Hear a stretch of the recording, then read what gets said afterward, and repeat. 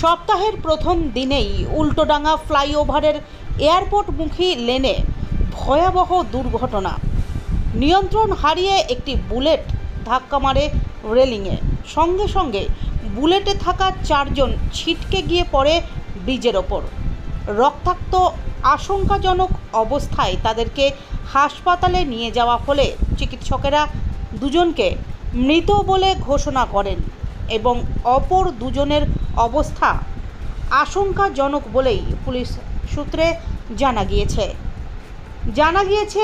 আজ সকাল 6টা নাগাদ চারজন যুবক বিনা হেলমেটে দ্রুত গতিতে কলকাতার দিক থেকে এয়ারপোর্টের দিকে আসছিল।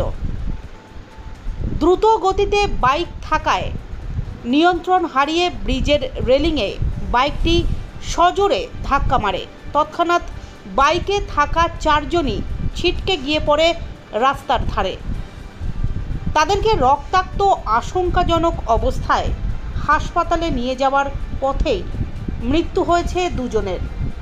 অপর দুজন এখনও আশঙ্কাজনক অবস্থায়, এমনটাই জানা গিয়েছে পুলিশ সূত্র মারফত। প্রাথমিকভাবে জানা গিয়েছে শোয়েব, সোহেল, রহমান এবং ফারুক এই চারজন বার্থডে পার্টিতে অংশগ্রহণ করেছিল এবং ভোররাতে তারা বাইক নিয়ে বেরিয়ে পড়ে কলকাতা থেকে এয়ারপোর্টের উদ্দেশ্যে। তারপরেই ঘটে এই ভয়াবহ দুর্ঘটনা। প্রাথমিকভাবে যেটি জানা গিয়েছে, প্রত্যেকেরই বাড়ি বেনিয়াপুকুর থানা এলাকায়।